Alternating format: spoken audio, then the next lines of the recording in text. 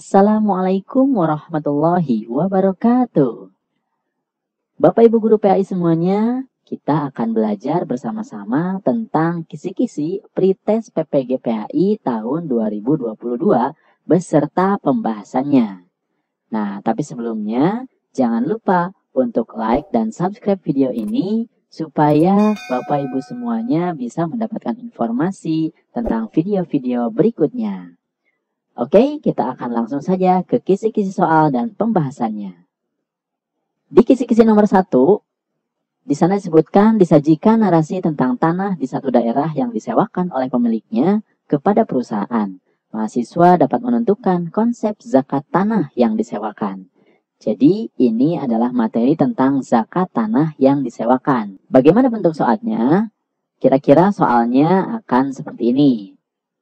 Nah, Bapak Ibu Guru PAI semuanya yang akan mengikuti pretest PPG tahun 2022, ini saya hanya ingin memberikan sedikit tips ya, untuk soal yang panjang seperti ini, ya, Bapak Ibu Guru PAI silahkan langsung saja ke bagian akhirnya, ya. Di sini bisa dilihat ada berdasarkan cerita tersebut menurut pendapat Abu Hanifah, siapakah yang berkewajiban untuk mengeluarkan zakat hasil tanah? Nah, ini adalah pertanyaannya. Jika pertanyaannya ada kaitannya dengan cerita, maka silakan Bapak Ibu baca lagi ceritanya dari awal. Jadi, pertama lihat dulu bagian akhirnya. Ya, ini untuk apa? Ini adalah tips atau trik untuk menghemat waktu. Ya, jadi Bapak Ibu tidak perlu membaca semuanya terlebih dahulu. Ditanyakan dulu atau dilihat dulu soalnya saja. Kemudian setelah itu baru kalau berkaitan dengan soal ya atau dengan cerita ya jawabannya itu Bapak Ibu bisa lihat ceritanya di sini, ya. Nah, di sini yang ditanyakan adalah siapa yang berkewajiban untuk mengeluarkan zakat hasil tanah? Apakah A, pihak penyewa tanah, B, pihak pemilik tanah, C, pihak penyewa dan pemilik tanah, D, pihak pekerja, atau E, semua pihak yang terlibat? Nah, di sini yang jadi penekanan adalah menurut pendapat Abu Hanifah. Apakah ada yang sudah tahu jawabannya? Belum ke jawabannya, kita akan bahas terlebih dahulu. Nah, ini dia pembahasannya. Orang yang wajib mengeluarkan zakat. Jadi ada beberapa perbedaan orang yang wajib mengeluarkan zakat. Pertama, menurut jumhur ulama, itu termasuk Imam Malik, Syafi'i, Imam As-Sauri, Imam Ibnu Mubarak, dan Imam Ibnu Abu Saur, menyatakan bahwa yang wajib mengeluarkan zakat hasil tanah yang diusahakan adalah pihak penyewa. Nah, ini menurut jumhur ulama. Ya, mereka beralasan karena yang dikeluarkan zakatnya adalah hasil tanahnya, bukan tanahnya. Hal ini diperkuat juga oleh dalil Quran Surat Al-An'am ayat 141. Ya, nah ini menurut jumhur ulama, jadi yang menyewakan adalah pihak penyewa. Atau yang membayar zakatnya ya, mohon maaf. Nah, yang kedua, menurut pendapat Abu Hanifah dan pengikutnya bahwa pemilik tanahlah yang wajib mengeluarkan zakatnya. Karena dari sebab tanah itulah ada hasil yang diperoleh. Tanpa tanah tak akan dapat dihasilkan apa-apa. Nah, ini berbeda dengan menurut jumhur ulama. Menurut Abu Hanifah, yang wajib untuk mengeluarkan zakatnya itu adalah pemilik tanahnya. Ya. Nah, kemudian menurut Abu Zahra sebagai solusi pemerataan, maka baik pemilik tanah maupun si penyewa sama-sama wajib mengeluarkan zakat. Jadi ada 3 pendapat ya yang berhubungan dengan siapakah yang wajib mengeluarkan zakat. Nah, jadi sudah ketahuan ya jawabannya. Jadi jawabannya di sini pertanyaannya tadi menurut Abu Hanifah, siapakah yang berkewajiban untuk mengeluarkan zakat? Berarti jawabannya adalah B, yaitu pihak pemilik tanah. Pertanyaan nomor 2 atau kisi-kisi nomor 2, disajikan narasi tentang penghasilan seseorang yang bekerja di sebuah perusahaan BUMN dalam setiap bulan. Mahasiswa dapat menentukan konsep zakat profesi. Bagaimana soalnya? Bu Aini merupakan terapis herbal yang terkenal di kota Tuban. Setiap bulan rata-rata penghasilan Bu Aini sebesar 5 juta setiap bulannya. Bu Aini harus mengeluarkan biaya PLN sebesar 200.000, keperluan rumah tangga 2.500.000, dan kebutuhan tak terduga 350.000. Nah, berapakah zakat profesi yang harus dikeluarkan oleh Bu Aini dalam setahun? Kan Bapak Ibu Guru PAI yang sudah tahu jawabannya, yang sudah bisa menghitung ya. Nah, ini kalau berdasarkan tips dan trik sebelumnya, Bapak Ibu bisa dibaca dulu yang bagian akhir ya.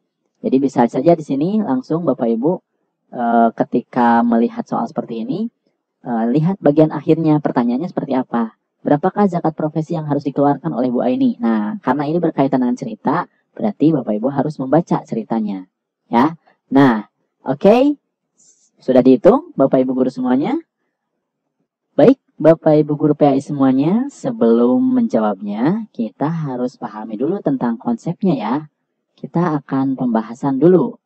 Nah, ini untuk pembahasannya ya Bapak Ibu. Nah, di sini bisa dibahas ya tentang terminologi atau pengertiannya, kemudian dalilnya ya. Dan ini ada perbedaan tentang penetapan nisabnya ya. Di sini ada yang menetapkan bahwa nisabnya itu adalah 653 kilo atau sekitar 520 kg beras.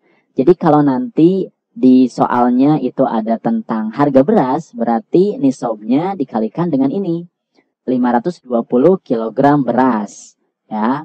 Nah, kemudian nanti besaran yang harus dikeluarkannya itu adalah 5%. Nah, ini juga berbeda ya. Nah, kemudian yang kedua ini jumhur ulama. Ya, untuk jumhur ulama itu nisab zakat profesinya adalah 93,6 gram emas murni. Ya. Jadi kalau misalkan tidak ada kaitannya dengan beras ya, berarti jika misalkan ada harga emas, nah dikalikan dengan 93,6. Ya, apakah sudah mencapai nisab atau belum? Nah, kemudian yang dikeluarkannya adalah 2,5% setiap bulannya. Ya. Nah, kemudian ada juga pendapat yang menyatakan nisabnya itu persentasenya adalah 20% pada saat menerimanya. Ya, jadi tidak ada syarat nisabnya. Ya, tapi harus dikeluarkan 20%. Kemudian kalau MUI ya, ini syarat nisabnya ya dalam 1 tahun itu senilai 85 gram. Nah, untuk jawaban soal yang tadi ini tidak ada kaitannya dengan nisab ya. Jadi di sini tidak ditanyakan tentang apakah dia mencapai nisab atau tidak. Kalau misalkan begitu, berarti tinggal dihitung berapa penghasilannya, kemudian berapa zakat yang harus dikeluarkan. Nah, untuk jawabannya, ya, di sini penghasilannya, ya, ini adalah 5 juta per bulan. Kemudian untuk pengeluarannya, 2.500.000 ditambah 200.000 ditambah 350.000 sama dengan 3.050.000. Nah, penghasilan bersihnya itu adalah hasil pengurangan dari penghasilan yang didapat dengan pengeluaran.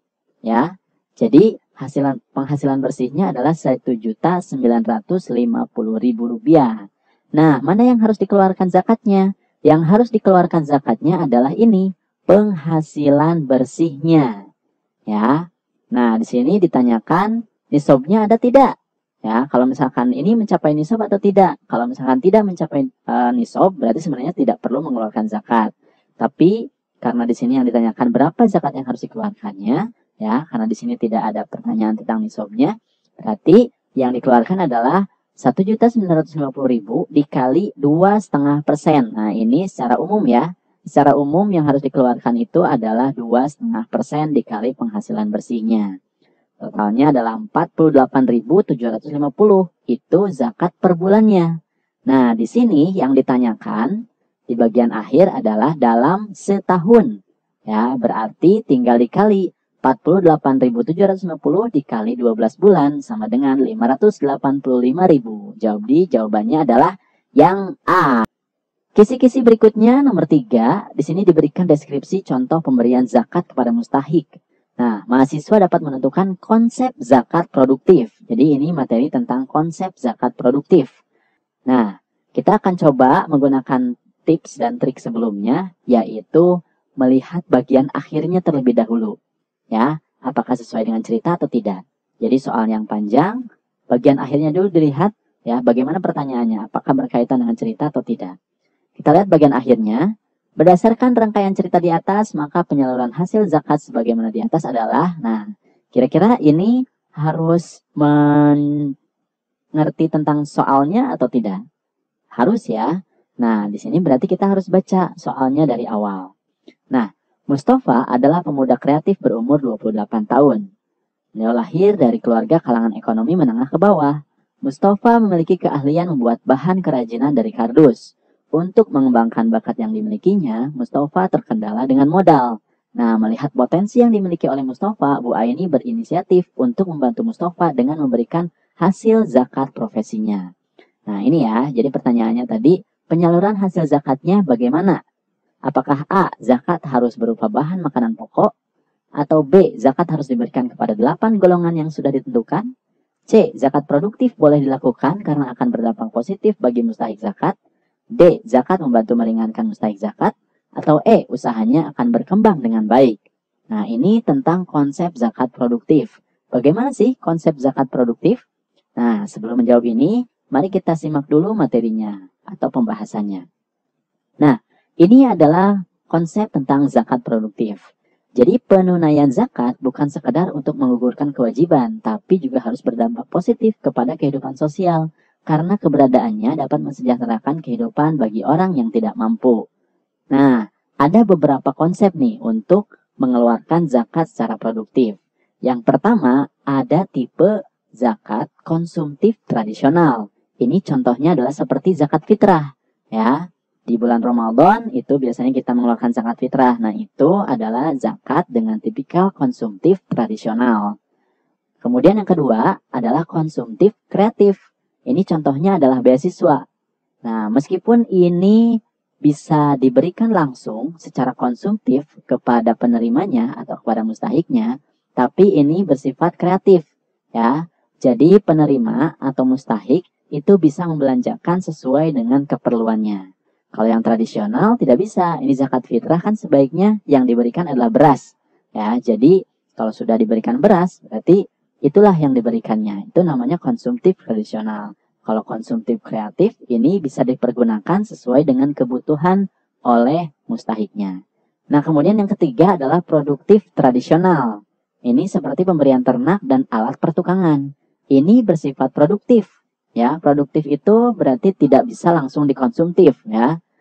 Tidak bisa langsung dikonsumsi seperti pemberian ternak dan alat pertukangan tidak bisa langsung dikonsumsikan. Jadi ini sifatnya adalah produktif. Tapi yang ini diberikan langsung secara tradisional. Jadi alatnya ini sudah ada, ternaknya sudah ada, tinggal digunakan. Silahkan diproduksikan. Nah, kemudian yang keempat ada juga konsep produktif kreatif. Jadi bisa diproduksi oleh mustahiknya, oleh penerimanya, tapi bisa dikreasikan juga. Mau seperti apa produksinya gitu. Nah, ini adalah zakat untuk modal usaha. Nah, kira-kira untuk soal yang tadi, ya, bagaimana penyaluran yang sebaiknya dilakukan? Nah, jadi jawabannya dengan konsep zakat produktif ini, jawabannya adalah C. Ya, zakat produktif boleh dilakukan karena akan berdampak positif bagi mustahik zakat. Di sini kita lihat mustahiknya adalah berusia 28 tahun, ya. Kemudian punya keahlian, ya. Kemudian terkendala dengan modal. Meskipun kondisi keekonomiannya adalah menengah ke bawah. Nah, ini berarti dia termasuk juga fakir miskin, ya, karena menengah ke bawah. Nah, di sini zakat produktif boleh dilakukan karena akan berdampak positif bagi mustahik zakat. Ini bisa diberikan modal usaha kepada pemuda tersebut, kepada Mustafa, ya, di sini contohnya. Nah, jadi itu tentang konsep zakat produktif. Jadi Bapak Ibu guru PAI harus mengetahui juga tentang konsep ini. Jadi bagaimana nanti cara memberikan konsep zakat produktifnya.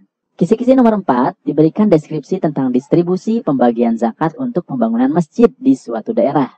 Mahasiswa dapat menentukan konsep zakat pembagian zakatnya. Kita lihat contoh soalnya.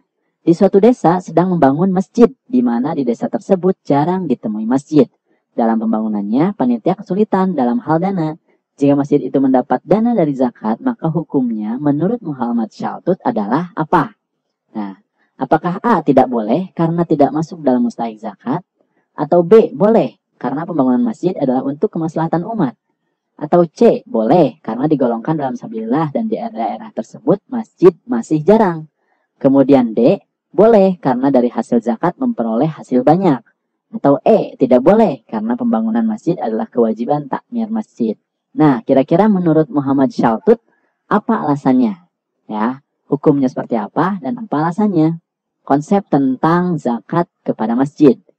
Jadi zakat ke masjid ini diambil dari konsep sabilillah.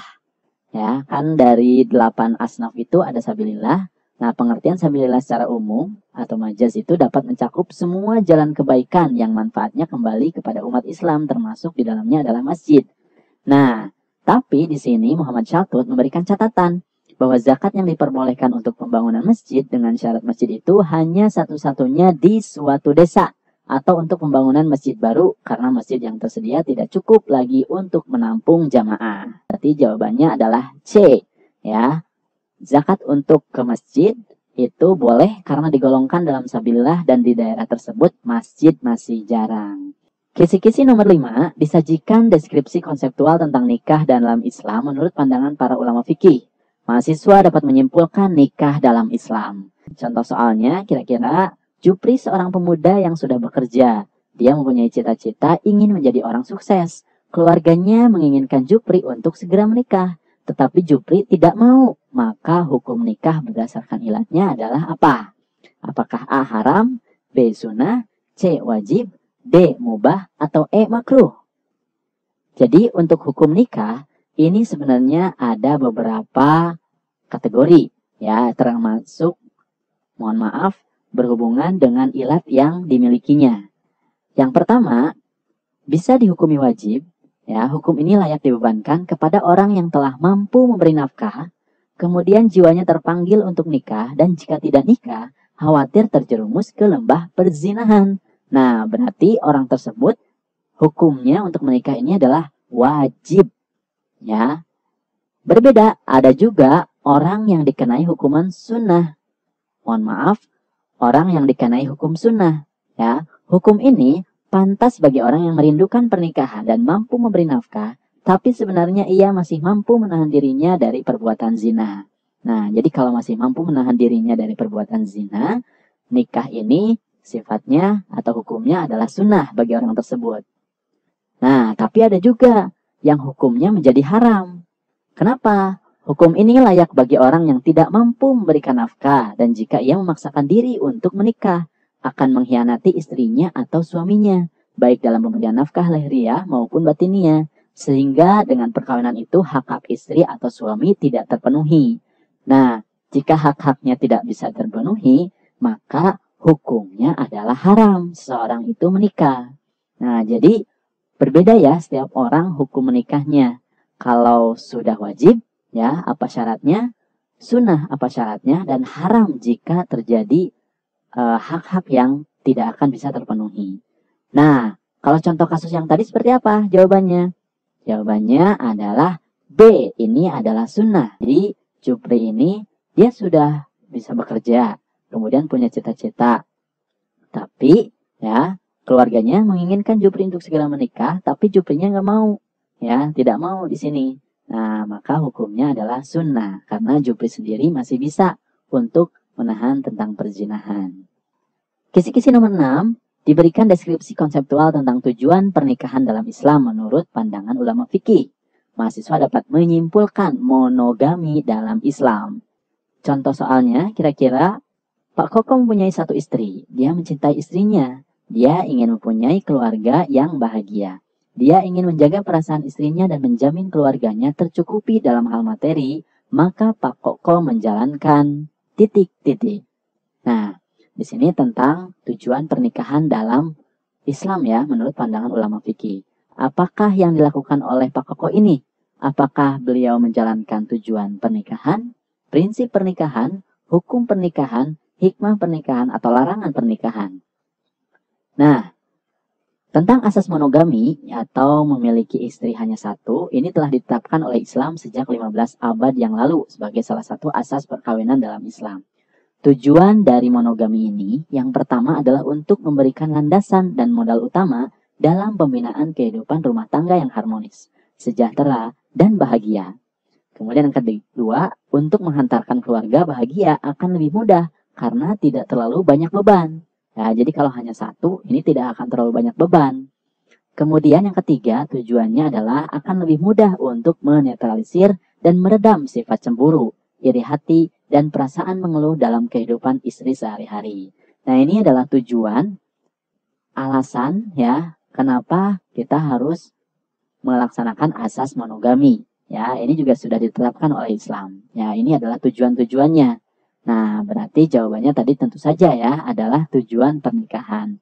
Jadi, Pak Koko ini sudah menjalankan tujuan pernikahannya, yaitu untuk memberikan landasan dan modal utama untuk rumah tangga yang harmonis, kemudian mengantarkan keluarga yang bahagia, kemudian lebih mudah untuk menetralisir dan meredam sifat cemburu.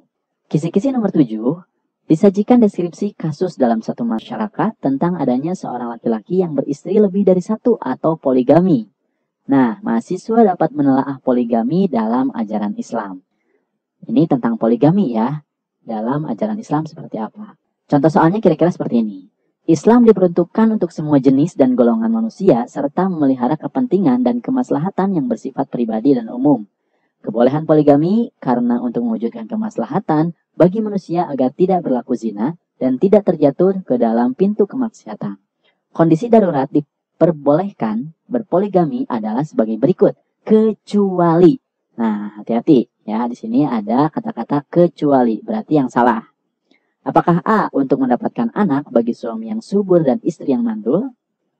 B, menjaga keutuhan keluarga tanpa harus menceraikan istri pertama meski ia tidak berfungsi semestinya sebagai istri karena cacat fisik dan sebagainya?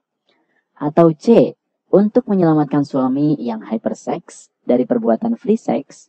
Atau D, menyelamatkan harkat dan martabat wanita dari krisis akhlak atau melacur? Atau E, masalah darurat, ingin memperturutkan hawa nafsu seksual dan banyak berlaku tidak adil dalam pemenuhan kebutuhan. Menurut Yusuf Qaradawi, ada beberapa alasan diperbolehkannya poligami. Yang pertama adalah ditemukan seorang suami yang menginginkan keturunan, akan tetapi ternyata istrinya tidak dapat melahirkan anak disebabkan karena mandul atau penyakit. Nah, ini diperbolehkan ya untuk berpoligami menurut Yusuf Qaradawi. Kemudian yang kedua, di antara suami ada yang memiliki oversex atau kelebihan nafsu ya, akan tetapi istrinya memiliki kelemahan. Nah, memiliki penyakit atau masa haidnya terlalu panjang, sedangkan suaminya tidak sabar menghadapi kelemahan istrinya tersebut. Nah, ini juga sama menjadi salah satu alasan menurut Yusuf Qaradawi diperbolehkannya poligami. Kemudian yang ketiga, jumlah wanita lebih banyak dibanding jumlah laki-laki, khususnya setelah terjadi peperangan. Nah, ini juga salah satu alasan diperbolehkannya poligami ya. Nah, kira-kira dari alasan-alasan ini yang bukan yang mana? Nah, jawaban yang bukan tentunya adalah yang E ya. Ini karena masalah darurat ingin memperturutkan hawa nafsu seksual dan banyak berlaku tidak adil dalam pemenuhan kebutuhan. Sebenarnya ini bukan masalah darurat ya, karena ini ingin memperturutkan hawa nafsu. Untuk jawaban A sampai jawaban D ini adalah alasan-alasan di mana seseorang bisa diperbolehkan untuk melakukan poligami. Kisi-kisi nomor 8 diberikan narasi kasus di satu daerah terkait adanya nikah mut'ah yang dilakukan oleh laki-laki dengan perempuan setempat. Mahasiswa dapat menyimpulkan hukum nikah mut'ah dalam ajaran Islam. Kira-kira contoh soalnya seperti ini. Nikah mut'ah tidaklah dilakukan kecuali kecenderungan seseorang untuk memenuhi kebutuhan seksual.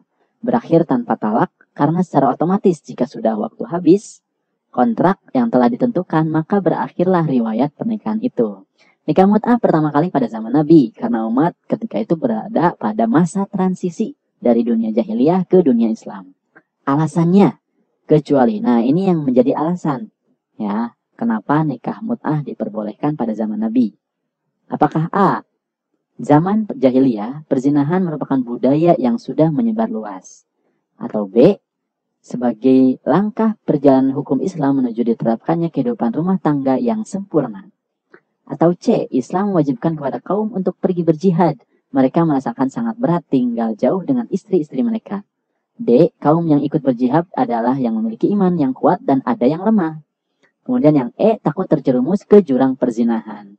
Nah, ini ingat apa alasan mengapa nikah mut'ah diperbolehkan pada zaman Nabi? Ya, apa alasannya? Dan di sini yang ditanyakan adalah yang kecuali. Kita akan bahas dulu. Nah, ini hukum nikah mut'ah menurut jumhur sahabat dan ulama bahwa keharaman nikah mut'ah adalah mutlak. Jadi untuk sekarang ya, nikah mut'ah ini adalah haram hukumnya karena tanpa pengecualian meskipun dalam kondisi darurat. Pendapat ini diperkuat oleh fatwa Majelis Ulama Indonesia yang secara tegas memutuskan bahwa hukum nikah itu haram karena selain didasari oleh dalil yang kuat, selain nikah ini juga bertentangan dengan tujuan pensyariatan pernikahannya. Alasannya, pertama, Islam menetapkan pernikahan sebagai ikatan perjanjian yang kuat. Dua, menghalalkan kembali nikah mut'ah sebab berarti langkah mundur dari sesuatu yang telah ditetapkan secara sempurna oleh Islam. Tiga, alasan darurat untuk menghalalkan kembali nikah mut'ah merupakan alasan yang terlalu dibuat-buat. Empat, dampak negatif yang diakibatkan dari nikah mut'ah sangat merusak dimensi sosial. Nah, ini tentang hukum nikah mut'ah sekarang. Nah, di sini alasan ya kenapa di zaman Nabi itu diperbolehkan ya, kecuali ya. Jadi waktu di zaman Nabi kecualinya apa alasannya? Nah, jawabannya adalah yang B, sebagai langkah perjalanan hukum Islam menuju diterapkannya kehidupan rumah tangga yang sempurna. Waktu di zaman Nabi itu kita belum tahu ya. Waktu zaman Nabi belum tahu ya apakah nikah mut'ah ini nanti akan dilarang atau diharamkan atau tidak. Gitu. Jadi yang B ini bukanlah alasan kenapa pada zaman Nabi itu diperbolehkannya nikah mut'ah. Ya, jadi ini sebagai langkah perjalanan hukum. Nah, ini baru diketahui setelah hukum nikah mut'ah yang sekarang. Ya, dengan menghalalkan kembali nikah mut'ah berarti langkah mundur dari sesuatu yang telah diterapkan secara sempurna oleh Islam. Nah, jadi itu ya, Bapak Ibu guru semuanya tentang konsep hukum nikah mut'ah. Kisi-kisi nomor 9. Disajikan data dan informasi tentang industri perbankan di Indonesia. Mahasiswa dapat menyimpulkan perbedaan ciri-ciri bank konvensional dan bank Islam atau bank syariah. Salah satu lembaga keuangan yang fungsi utamanya untuk menghimpun dana yang kemudian disalurkan kepada orang atau lembaga yang membutuhkannya guna investasi atau penanaman modal dan usaha-usaha yang produktif dengan sistem bunga adalah titik-titik. Nah, ini lembaganya apa? Di sini apakah A. Bank BCA, B. Bank BNI, C. Bank Muamalat, D. Bank Syariah Indonesia, atau yang E. Jawaban A dan B benar. Nah, di sini berarti Bapak Ibu harus tahu apa ciri-ciri bank konvensional dan juga bank syariah atau bank Islam.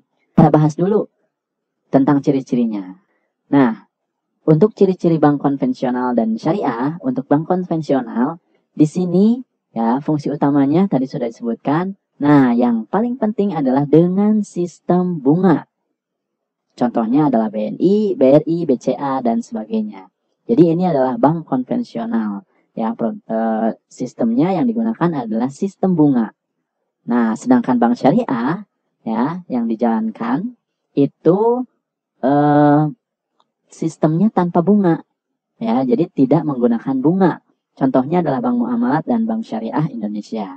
Di sini di soalnya ya, usaha-usaha yang produktif itu dengan sistem bunga. Berarti ini adalah ciri-ciri bank konvensional. Jadi jawabannya adalah yang E. Ya, jawaban A dan E benar. Ini adalah BCA dan BNI karena menggunakan sistem bunga. Jadi ini merupakan ciri-ciri bank konvensional. Ya, sedangkan bank syariah itu tidak menggunakan sistem bunga. Nomor 10. Disajikan deskripsi kasus peminjaman uang yang terjadi di satu masyarakat. Mahasiswa dapat menelaah jenis riba dan ketentuan hukumnya dalam ajaran Islam. Contoh soalnya. Kita bisa lihat dulu ya di bagian akhir ya karena ini panjang. Hukum dari kasus tersebut adalah, nah berarti kalau seperti ini kita harus baca dari awal. Ya, hukumnya seperti apa. Oke, kita baca. Renata meminjamkan uang kepada Doni sebesar 15 juta rupiah untuk pembelian motor dan sepakat akan mengembalikannya 2 bulan kemudian dengan besaran yang sama. Namun pada saat pengembalian, Doni ternyata tidak dapat mengembalikan uang secara penuh. Akhirnya mereka sepakat waktu pengembaliannya ditambah 1 bulan dengan syarat bahwa Doni harus membayar sebesar 16 juta rupiah. Nah, kira-kira ini termasuk riba apa? Apakah A. Riba qard? Ini mutlak tidak boleh dilaksanakan. Atau B. Riba fadl? Boleh jika keduanya telah sepakat. Atau C. Riba nasi'ah? Ini haram dilaksanakan dengan segala kondisi. Atau D. Riba jahiliyah? Haram dilaksanakan berapapun penambahannya. Atau E. Riba yad? Boleh karena saling menguntungkan. Nah, di sini Bapak Ibu harus tahu jenis-jenis tentang riba. Ada beberapa jenis-jenis riba. Di sini contohnya ada 5 ya. Jenis-jenis riba. Yang pertama riba fadl. Ini adalah pertukaran atau jual beli barang ribawi dengan kuantitas, kualitas, atau kadar takaran yang berbeda. Ya, barang ribawi itu sendiri disebutkan dalam hadis yaitu emas, perak, gandum, gandum merah, garam, dan kurma. Jadi ini adalah pertukaran atau jual beli ya, tapi takarannya berbeda.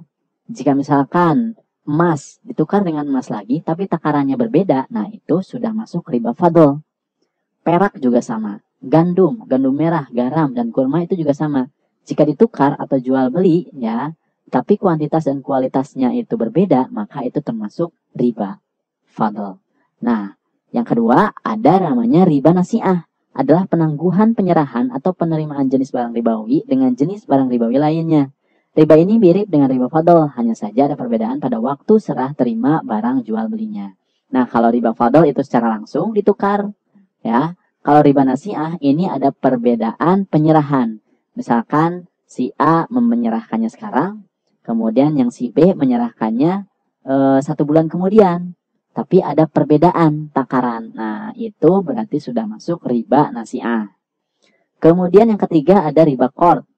Adalah adanya persyaratan kelebihan pengembalian pinjaman yang dilakukan di awal akad perjanjian hutang piutang oleh pemberi pinjaman terhadap yang berhutang tanpa tahu untuk apa kelebihan tersebut digunakan. Nah, ini adalah syarat kelebihan. Ya, jadi disyaratkan dari awal. Sudah disyaratkan dari awal. Jadi kalau kamu pinjam segini, kamu harus mengembalikannya segini. Ya, kita tidak tahu untuk apa kelebihan tersebut digunakan. Itu namanya adalah riba qard. Ini yang umumnya mungkin terjadi ya di zaman sekarang. Nah, ada juga riba jahiliyah, yaitu tambahan nilai hutang karena adanya tambahan tempo pembayaran hutang disebabkan peminjam tidak mampu membayar hutang pada waktunya. Nah, riba jahiliyah ini ya, ini awalnya itu bukan riba. Jadi misalkan dia pinjam uang 10 juta ya. Nah, kemudian dalam waktu 1 bulan misalkan harus dikembalikan 10 juta juga. Tapi karena tidak bisa dibayarkan ya tepat pada waktunya, akhirnya ada kesepakatan lagi. Gitu. Oke, boleh ditambah waktunya, tapi harus ditambah. Jadi 16 juta misalkan. Nah, itu namanya adalah riba jahiliyah. Jadi ada penambahan tempo ya pembayaran hutang. Dan itu mengakibatkan penambahan juga nilai hutangnya. Itu namanya riba jahiliyah. Kalau riba yad adalah transaksi yang tidak menegaskan berapa nominal harga pembayaran atau ketika seseorang berpisah dari tempat akad jual beli sebelum serah terima antara penjual dan pembeli. Nah, ini di sini tidak tegas berapa nominal harga pembayarannya. Jadi ini saya beli ini ya. Oke, langsung saja berpisah dari tempat akad jual belinya sebelum serah terima. Jadi itu namanya juga riba yad. Nah, jadi belum ditentukan nominalnya. Jadi harus jelas berapa nominalnya. Itu termasuk riba yad. Nah, dari contoh soal tadi, berarti Bapak Ibu sudah tahu ya apa jawabannya. Nah, jadi jawabannya adalah D, riba jahiliyah. Ini haram dilaksanakan berapapun penambahannya. Nah, di sini ya. Jadi di sini ada penambahan karena ada tambahan waktu pengembalian. Ya, di sini ditambah 1 bulan. Jadi harus membayar 16 juta rupiah. Nah, ini adalah riba jahiliyah. Ini riba yang sering dilaksanakan pada zaman jahiliyah dulu. Gitu, zaman Nabi ini yang sering dilakukan. Ya, jadi Bapak Ibu harus tahu nih tentang jenis-jenis riba untuk menjawab materi-materi tentang jenis riba atau soal-soalnya ya. Baik Bapak Ibu guru PAI semuanya, untuk video kali ini dicukupkan dulu sampai di sini. Ya, untuk kisi-kisi soal dan pembahasan materi berikutnya itu akan disampaikan di video berikutnya. Jadi jangan lupa untuk like dan subscribe video ini supaya Bapak Ibu bisa mendapatkan update video yang terbaru. Terima kasih atas perhatiannya dan mohon maaf jika ada kesalahan. Wassalamualaikum warahmatullahi wabarakatuh.